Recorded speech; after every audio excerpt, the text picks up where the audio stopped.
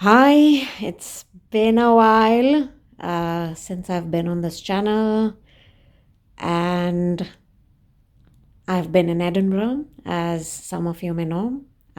Scotland has been wonderful, but my time is coming soon to an end, and I'm moving back to Tromsø.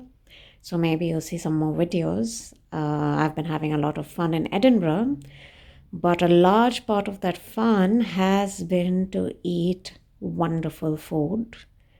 And one of the people who contributed immensely to that food culture I have had access to in Edinburgh is Dr. Arkotong Longkumer. Today, I visit his kitchen and introduce all of you to his wonderful cooking. Anyone who knows him knows that he cooks like a dream. Everything I've eaten that he's made is heaven. So today I want to be introduced to his kitchen in a way that also introduces you to his kitchen. We'll watch him cook together, speak to him a little bit about his cooking. But then, of course, who is Dr. Longkumer? Dr. Arkotong Longkumer, or Arko as he's lovingly known to most of us, is a senior lecturer at the University of Edinburgh in Scotland, UK. He's a senior lecturer actually in the study of religions at the School of Divinity here. And he has been so for a while. He's written wonderful books. I'll post a link and a few descriptions in my description box, and feel free to look him up. And I will visit his place and his family and his kitchen and watch him cook something that will be a surprise for us all in Edinburgh. So enjoy my parting video.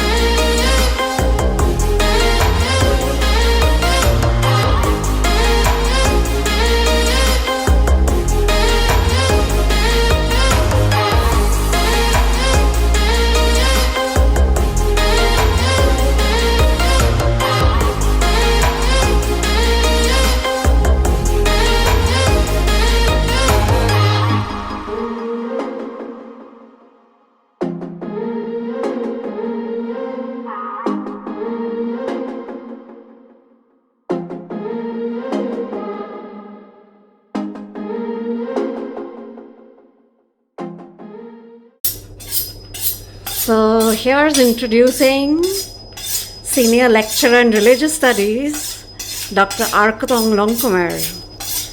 Hi Arko, thank you for having us in your kitchen. No problem. Great to have you. Yeah, thank you. I mean, we can see a very nice view from this kitchen. And today, can you begin with telling us a little bit about what you're cooking here? Okay, so cooking some pork, like Naga style with like bamboo shoots, which I got from Nagaland. So it's the dried kind. In our, Is that? yeah, so that's the one in our we call it Is or Is. Yeah, so it just yeah, it's quite simple. I mean, it's not complicated. It's just sort of using garlic and ginger, of course, you know, as the important flavors, and then we'll put some red chilies, and then of course the pork itself, and then at the end we put the bamboo shoot. So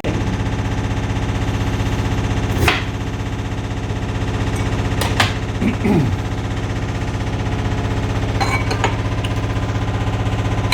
I got that from Nagaland, I think from Dimapur actually, Oh. a long time ago.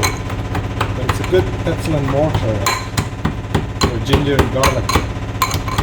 Are these locally made in Nagaland? Yeah, I think so. If I'm not mistaken.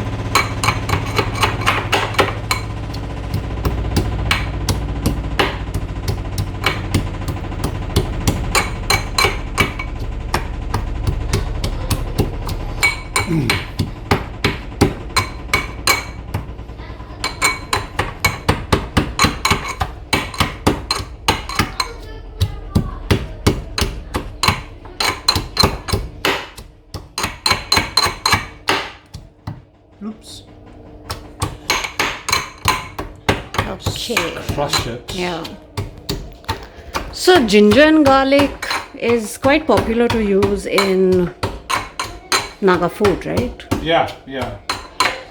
Especially ginger, of course. You know, in a lot of the meat the dishes, you know. Yeah. But the ginger, of course, which you get in like Nagaland is very different to the kind that you get here. I think here it's primarily kind of imported from China or South America or maybe South Africa. So, because Scotland itself does not grow ginger, I think. It's too cold to grow ginger. Yeah. Yeah, but yeah, I think it's okay. I mean, like, you know, the flavors are there, but it's not as sharp as the like Naga ginger, I think. Because the Naga ginger tends to be smaller as well. Oh yeah, these are pretty large. Yes, and these are large ones, but it's And okay. yeah, I notice everything here is large. Like onions, tomatoes. Yeah, I think I don't know why the case. I think so this red onion, it's from it doesn't really say where it's from. Yeah, but I think it's possibly it could be UK. I think sun dried. It says yeah. And the tomato is from like Morocco. Again, I think it's also primarily because of the like weather. So what we will do now is cut the pork. Okay, so where do you source the pork? the pork is like British, and I think so. This is a pork shoulder actually, and the pork in the UK tends to be quite good because the quality of pork is quite good, and the like rearing I think is quite good in that sense. So it's quite like local. So this is a nice chunk of pork shoulder. So we'll use that alongside pork like belly. So just to give a bit of the flavor as well. So yeah, it's quite straightforward, I guess. When did you begin to cook pork? Good question. I think, you know, as a child, you know, I didn't do much cooking actually. I mean, I saw people cook primarily in big celebrations like weddings and, you know, kind of important events. People cook a lot. So, you know, I learned just by like watching, I guess. You know, it wasn't, I mean, it wasn't an interest. Or I mean, it wasn't something that I was interested in, but you know, through the years, because of like necessity, because I had to cook to enjoy the kind of food that I would like to eat. So I started to learn, but I think a lot of the traditional cooking I think I've learned from my dad, I think. Just to see him cook and him explain that this is how you cook pork, or this is how you put the spices, or the herbs. So the timing of it is also important, isn't it? So I mean, yeah. Is pork difficult to cook? I've never cracked it myself. Pork is actually, I think it's one of the easier meats to cook. I think because the flavors are quite good, aren't they? And I think, and of course, pork is also quite familiar, especially in the UK as well, because of like bacon and ham, and they tend to be quite an important food choice, I think, in the UK as well. So I think in that sense, yeah. So I think the pork is good, I think, and the quality of it is also quite good. I think the difference with this kind of pork is that they tend to hang it, I think, for a few, I don't know, a week or so to let to drain it of the blood. Yeah, so it's hung. But of course, the pork in like Nagaland is the taste is again very different, because it's quite freshly cut. So that means that you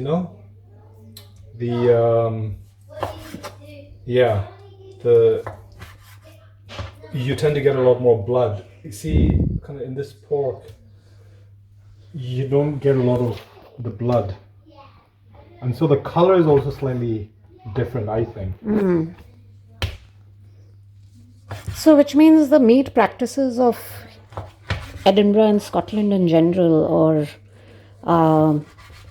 to enlarge the space to the west, for instance, is quite different from how meat is cut, processed and approached in Nagaland, right? Yes. I think like Nagaland, at least, I think you have your like butchers, you get like meat from, like sellers on the like road, or of course like nowadays I think it's it's becoming a bit more of a different style of selling like meat. You go to a shop and then you can like get it. But of course the other popular source is to cut your own pigs, or your own animals, and that's how people often access meat, right?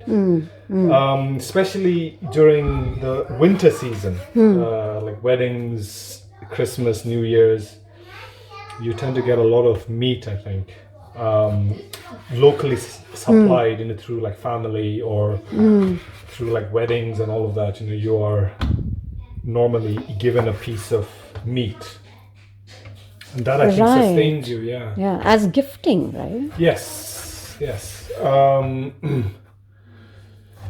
So gifting is important, especially during like weddings, especially if it's like family like wedding. Then you as a family member within the clan structure, you get a piece of meat. So it could be, if you're the kind of oldest, then you get the head, and so on, right? But the one interesting thing is that you don't often see here, is the like stomach, especially the intestines and the heart, liver, and all of that. They tend to be, it's not a popular part of the pig to be consumed by the like masses.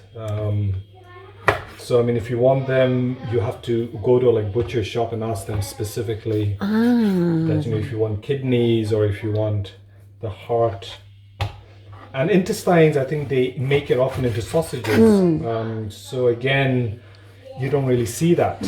And of course, that's something that I really like is the intestines. I mean, these are some of the most delicious parts of meat, as we know back home. So Yeah. how does that work? I mean, I don't quite understand how it's not as popular in places like here.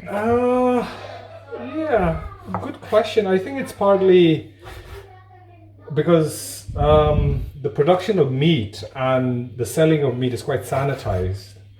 So you tend to see pork, chicken, beef, all of them packaged quite like neatly. And I think to see the like messiness of the meat consumption and so the killing of the meat, of the kind of animal, and then the cutting, kind of all of that, we don't really see it, as much here, because they're packaged and we see them in, say, like supermarkets. But at least in my experience of like eating meat at home, you see the animal and you see it being cut and how the like meat is also cut, who gets what portion, how are certain parts of the like meat cut and cooked. So the like stomach and all are cooked separately, for instance, and the intestines, of course, are washed and cleaned. Yeah, and then you cook them with like certain herbs, say for instance. So I think that process, I'm also quite familiar with, especially having seen people do that. So now the easy part. Just chuck it in like water, cover it, and put it on there. That's it, just water, huh? Just water, yeah. Okay. Just water. And what I often like to do is I would just to cook it once. I mean, like to cook it for maybe 10 to 15 like minutes until it comes to a boil. And then I would like to throw away a bit of the like water, just to make the meat slightly lighter, in flavor as well. So, but that's totally up to you. I mean, I often like to do that, to the meat. But aside from that, yeah. And then once we go through the process, we'll put in the garlic and ginger. And then I've got some red chilies, dried red chilies, which I'll also put. Can you show us your spice box if you have one? Well, I don't have a spice box per se, but it's... But a spice cabinet. Yeah, so this is the red chili. I mean, it's a Chinese red chili. I mean, like it's dried. I mean, it's not very hot. I mean, but it gives you this nice smoky flavor. So we will put that as well. And I'm also thinking I might use a bit of this Korean chili, which is again not very hot, but it gives you a nice color. So the advantage of transnational cooking, I guess, is that you get all these ingredients, in one shop, and then you can also kind of innovate, I guess. That's the whole joy of cooking, I think. Of course, like Naga food is done in a particular way. You put your like bamboo shoots and like herbs and all of that. But if you don't get all the ingredients, in a place like Edinburgh, then you also have to see what's available and try and improvise. So it's a good thing that I've got some dried like bamboo shoots, in which I often get, and I will put them in the freezer so it stays fresh. But in case if I don't have them, then I will use the wet ones. So the like wet ones that are kind of available, you get them in jars. Some of them are pickled in sesame oil, which are also quite nice actually, from Taiwan often. and then you get the like Bastenga type as well, from like Vietnam, Thailand, the sour, the sour one. So you can also like use that. So. This dried bamboo shoot is very interesting because, I mean, you've seen Dolly Kikon's film on foraging for the bamboo shoot itself, and she's written about it quite a lot. And to see it having been transported all the way here, tell us about where you picked it up from. This. Well, I don't know exactly where I picked it up from. It has been sourced by my mother. She gets it from the market, the like local market, and it's just a process of selecting the best one, I guess. The smell and of course the texture of it, which is important. But also I think the sourness. I mean, I like the sourness of it. The like bamboo shoots. It's not only the texture. I mean, I love the texture, but also the sourness of it. And every time I go, that's the process. You buy it and then you pack it, in these plastics, I guess. And then it's airtight, and then you just put it in the freezer, and it stays quite fresh actually. So, see, you can even smell it from afar. Let's see. Wow.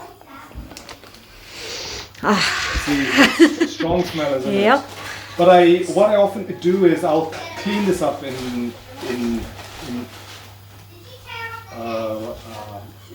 like warm water, just to just clean it up a bit, not too much, because if you drain it too much, then it loses the flavor as well, right? Is it salted, the dried bamboo shoot? No, I mean this one is not salted. Okay. How is it dried? Do you know? I don't know the process of drying it. Well, I think it's just it's dried and smoked as well. It's not on top of the fire, so you can also taste the smokiness of it. I think it just cut and then just dried out in the sun. I think, and then they put it on the machang, to smoke it a bit, and then that's where it stays actually. Traditionally, and then you just take it out to use it. But of course, in this day and age, freezer is a good place to keep bamboo shoots. I've got other herbs as well that I bring. So napa, say for instance, and also local chili. So all of that is again frozen, so it keeps a bit of the freshness. So that's my storage system, I guess. You said your mom buys this stuff. She must be buying quite a lot of stuff. You've been away from home for quite a while. Yeah. Well, I try and go regularly. I go every year. I mean, if I can, and sometimes twice a year, depending on work. But the pandemic, of course, has not allowed that. So I've not been able to go. So my supplies have also dwindled a bit, which is a bit sad. Yeah. Yeah.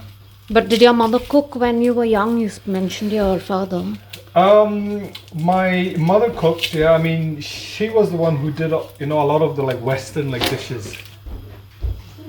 So one of the things that I remember so clearly was her Chinese style chicken. With in those days we used to get Ajinomoto and corn flour and soya sauce and kind of all of that, right? And she would bake a lot as well, actually. Cakes and biscuits and all of that. So we had a lot of treats. My dad would do the traditional type of cooking.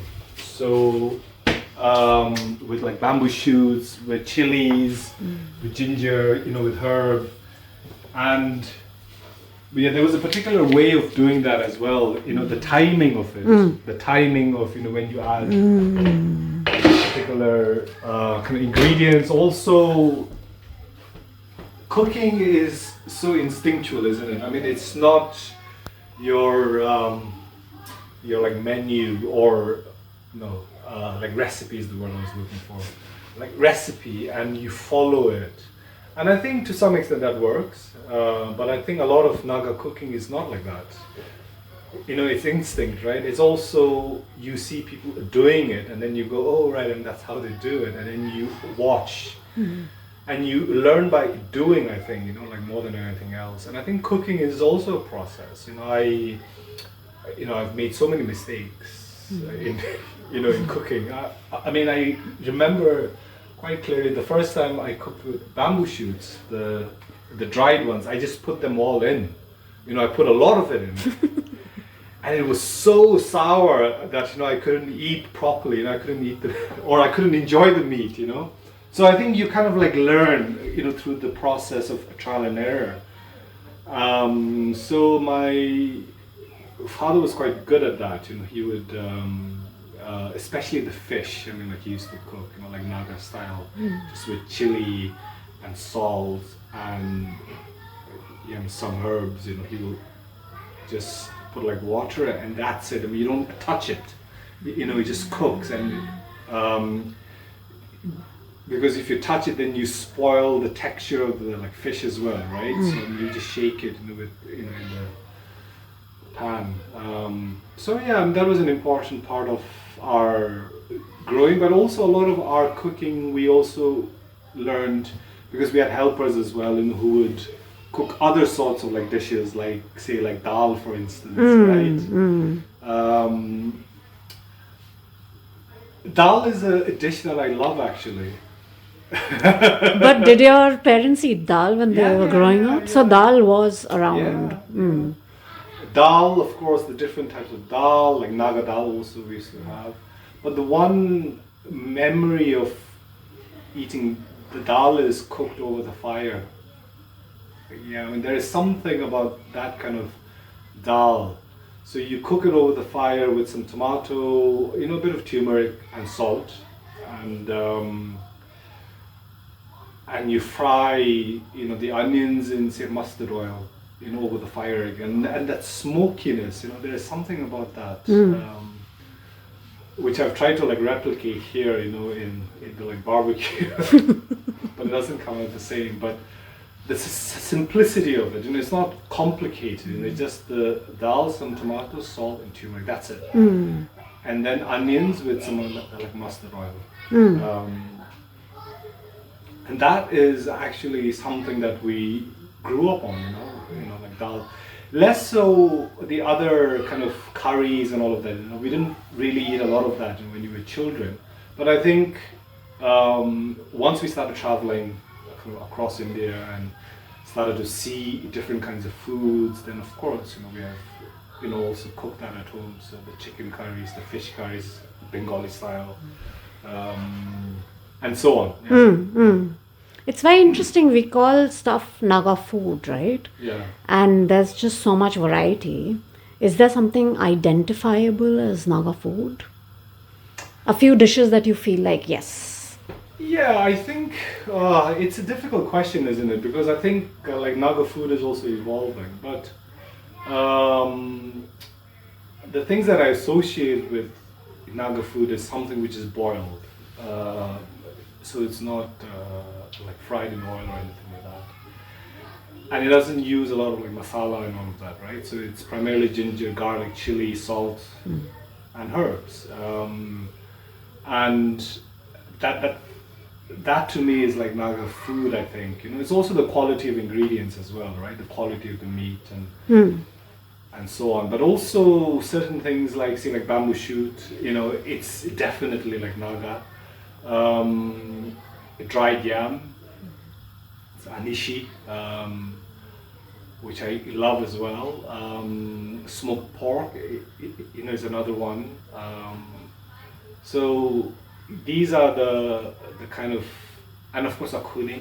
I mean, like, you know, just the taste of it, the smell of it, I think just gives you a sense of like belonging.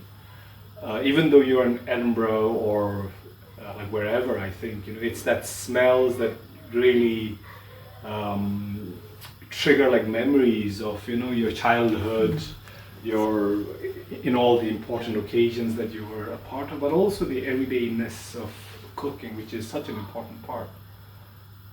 Especially the cooking over a fire, that's something I really miss.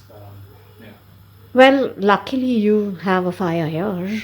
I see that this is cooked over a fire. Because so this is gas, yes. Yeah. No, yes. In a lot of the world, fire is basically disappearing from gas stoves and becoming electronic. Yes, yeah. No, I think the gas is something that we insisted on installing here because I didn't want the electric, the induction type. I wanted gas because I can control the flame as well, and it's a bit like the fire, right? So if you want high heat, you put in extra like wood and all of that. If you want to do it slow, then you shift it to the side, or you just put some coals. So I think the cooking with fire is something that I really enjoy. I always try and do it whenever I go back to like Nagaland. So as you can see, it is bubbling up, and you can see the the dregs of it as well. So what I often do is I just let this cook a bit more, and then I might drain out a bit of the water. Is there a way to know when the meat is cooked? Yes, I think. Well, again, you just have to taste it and just feel the texture of it. But generally, say maybe another hour or so. Once I drain out the water, that's when I put in the stuff. So I'll put in the ginger and garlic, I'll put in the chili, and then I'll put in some salt, and I'll just let that cook. And at the end, I put the bamboo shoots and the herbs. Yeah. I see. Okay, only at the end that goes in. Towards the end, yes. I think the bamboo shoot, I might put it slightly earlier. It depends. I think some people can also, they put it earlier, but I don't want it to be too sour. Yeah. Okay. So you can just play around with it. Yeah. It's up to you again. It's up to. Sometimes it's also practice. I think like I've seen people, or I've seen people at home put the dried one, at the end. So I think, to some extent, it's already. I don't know, like formed in my head that you put it here, but I'm sure you can put it, kind of in the beginning or in the middle as well. Yeah.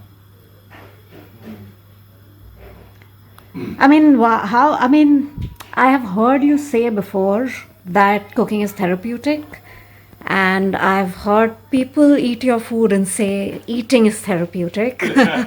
Say something about this. Yeah. Well, it's like any activity, right? Some people enjoy gardening after working. If you're sat in the office, people enjoy the gardening. People enjoy playing sport. People enjoy cleaning. I enjoy cooking because it helps me wind down, after a long day's work.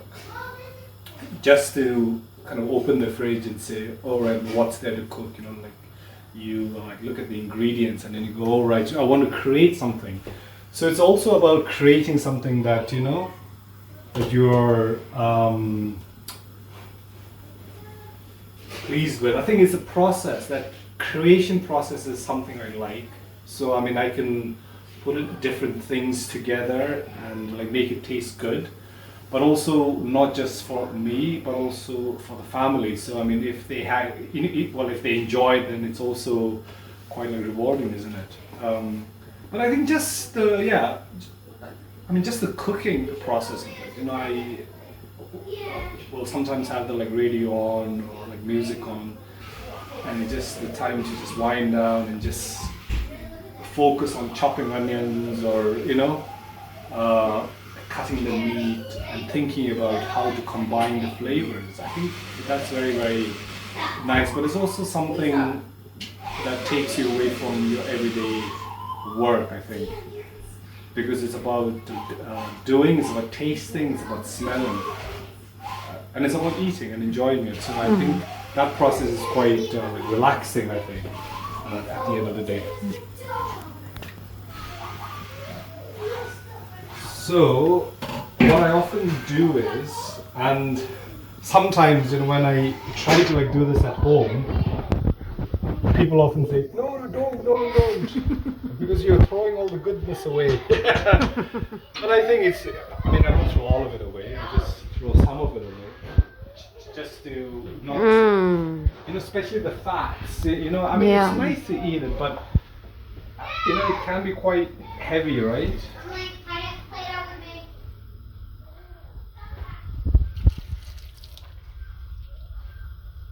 I'm just doing this in a very sloppy way because I don't want the meat to fall off, so I'm just going like that.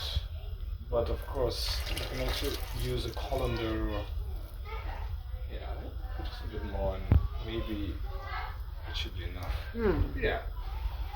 Now, this pork, I'm thinking of making it quite dry, so not much gravy. I see, but what is it going to go with? Yeah, it's going to go with rice and dal. So I've already made the dal actually, and I can show it to you. Okay. Again, it's there we go. Ooh, that looks delicious.